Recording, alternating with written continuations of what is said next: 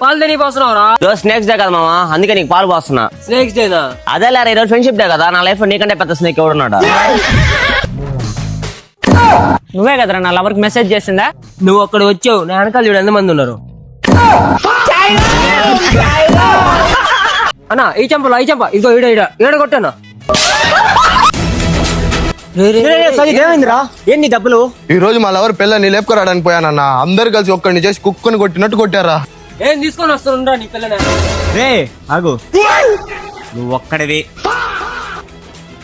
నలుగురిని ఎవ్వరేం చేయలేరు. నువ్వేడే ఉండరా, నిన్ను నీ లవర్ని కలిపే బాధ్యత మాది.